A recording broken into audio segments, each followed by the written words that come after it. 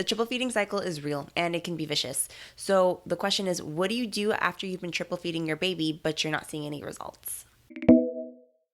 I've gone over previous episodes of the podcast explaining things on how to triple feed and hacks on how to make triple feeding easier. But what if you are doing all of these things and doing all the best practices, but you're still not making more milk? That's what I'm covering in today's episode. If you're going to be triple feeding as directed, and that's 8 to 12 times a day, you should typically be seeing results in anywhere from 3 to 5 days, sometimes even upwards of 7. Now, if you don't see those results, then typically this means that there is a deeper root cause at hand, and often it is primary. Primary low milk supply is when it has something to do with the mom's body. It's something internal with you, versus a secondary low milk supply has an external factor involved that is affecting your body from being able to produce enough milk. An example of a secondary low milk supply would be something like an oral tie or tension in your baby. If this is happening and it's preventing them from removing milk from your breast appropriately and enough, then that could contribute to a low milk supply. However, the point of triple feeding, especially the pumping part, that is to essentially replace your baby's ability to remove milk from your breast,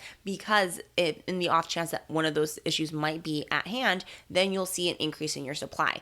If you are, able to actually remove the milk that's supposed to be removed in order to increase your production, then that will show in those 3 to 5 days typically. And that's how you'll know that it's more of a secondary issue at hand. But if you are doing, again, the best practices and you have done all 3 steps when it comes to triple feeding, you'll know that it's more likely something to do with you internally, and more often than not at a hormonal level. Now, despite triple feeding, there still can actually be a few secondary low milk supply causes that can be keeping you from increasing your supply, and those can be things like your nutrition or your diet, or even something that happened during your labor and delivery or pregnancy. These are all factors that can also lead to a low milk supply, and so you'll want to keep in mind your prenatal, your postpartum, and just your overall general medical history in mind when you're trying to get down to the root cause for your specific low milk supply.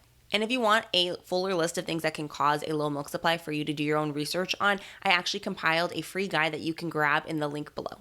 But like I said, it is very probable that this is at a hormonal level for you. And so if triple feeding isn't working for you at this point, I would be requesting blood work from your doctor.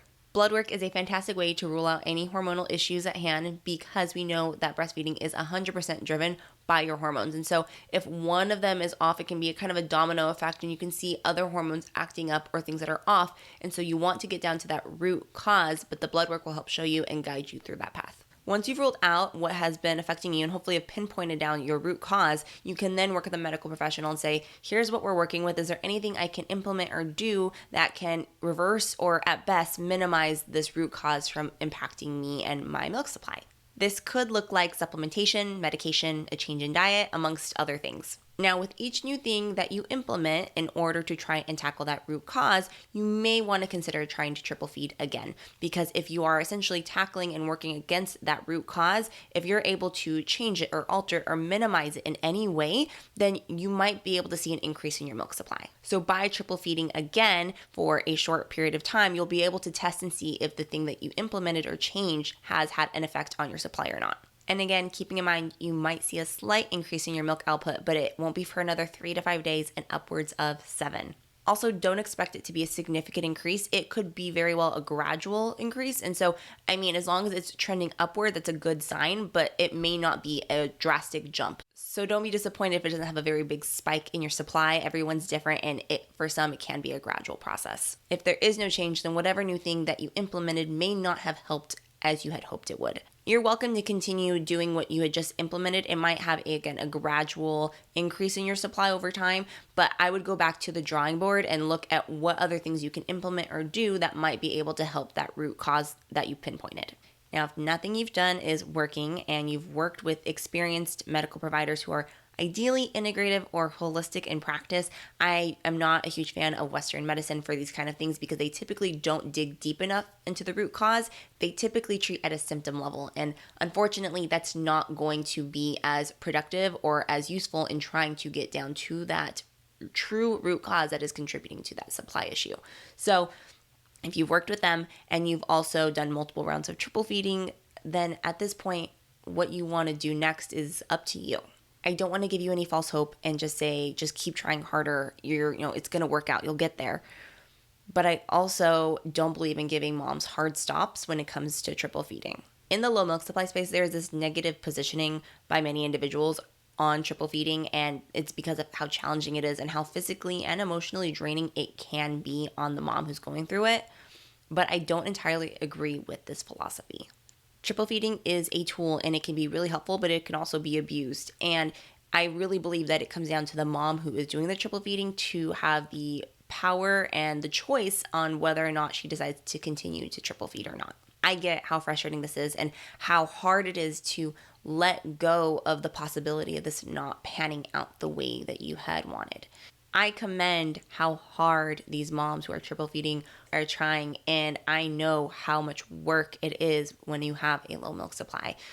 Just as much as I don't blame or judge the moms who decide to not continue pursuing their low milk supply. It's ultimately your decision. I usually do advocate for the moms who want to triple feed and continue doing so because there are already plenty of voices and support for those who want to quit triple feeding out in the low milk supply space. I have yet to really hear any support for the moms who want to continue triple feeding and are constantly being told to just throw in the towel. And that kind of advice isn't usually helpful either for the mom because it's discouraging and it's frustrating because she feels that much more alone. And that's probably because I'm a person who understands how therapeutic trying harder can be for some individuals. Like for me, I will be haunted with the what ifs if I didn't eliminate or test everything that was within my control, within my power. And so, what if I had just tried this one extra supplement? What if I had just saw one more doctor? What if I got one more opinion? What if I had gotten this other test? Like that would stick with me if I didn't rule out all of that. And so in that instance, I was more at peace when it came to being okay with trying to stop increasing my milk supply. Once I had ruled all of that out, I wasn't left with that haunting feeling like I hadn't done enough. And while I triple fed for 4 months, which is longer than I typically would recommend for any mom to do in order to try and get an increase in their supply, if you're not seeing results within those first 3 months, it typically isn't going to increase much thereafter. And so I went longer than I quote unquote should have, but really truly I don't regret it because to me, it felt like I never gave up. And that's okay if that's you too. It's all about perspective. You can hate triple feeding and make it the bane of your existence. Or you could take it as a learning opportunity and understand that you did everything you could. And hopefully you actually got some insights about your own body and health in the process. Because while I know that your goal here is to ultimately increase your milk supply, there is so much more that is typically revealed when a mom learns about why she has a low milk supply when it comes to her health or her body. And you deserve to be able to optimize your body and your health too. If you are still struggling with a low milk supply emotionally or mentally, know that it's normal for there to be a grieving process. Your vision or dreams of exclusively breastfeeding may feel like they've been taken away or ripped away from you. And it's okay to be frustrated and heartbroken. One thing that I do tend to give a word of warning when it comes to triple feeding and struggling with a low milk supply is I wish I had held my baby more. And so I was so caught up with my low milk supply and trying to do all of the best practices I didn't enjoy and get to fully cherish that quality time with my son when he was that small. So I just say keep that in mind. It's hard. I know what you're going through is hard right now, and finding that balance is delicate, and wanting to still implement and do all of the best practices is time consuming. So it comes back down to your discretion and what you want to be able to do. And I just say that because right now this period of time is hard and it feels like it's going on forever. But it is actually really short and it will pass faster than you are ready for it to. And you will miss that time that you had with your little one when they were those first few months old. So I just say keep that in mind when it comes to deciding what you want to implement or do, because they will only be this small for so long. If you notice this is impacting your mental health, seek out a therapist who specializes in grief therapy. And if you find one who also is familiar or does things with postpartum moms or for postpartum depression, this would be good too, because there is an element of both of those in this situation. There's often a lot of feelings of inadequacy and failure when it comes to struggling with a low milk supply because we want to give our babies our best. But you functioning at your best is what will make for a healthy and happy baby who feels loved and connected to you. And if you don't want to give up breastfeeding as a way of nourishing and bonding with your baby, even with a low milk supply, you don't have to. Actually, in the next episode, I will be going over how to transition from triple feeding back to breastfeeding and, of course, supplementing as needed. If you found this helpful, I would love if you left a review or a comment sharing what resonated with you the most. Thanks for tuning in, and I'll catch you in the next one.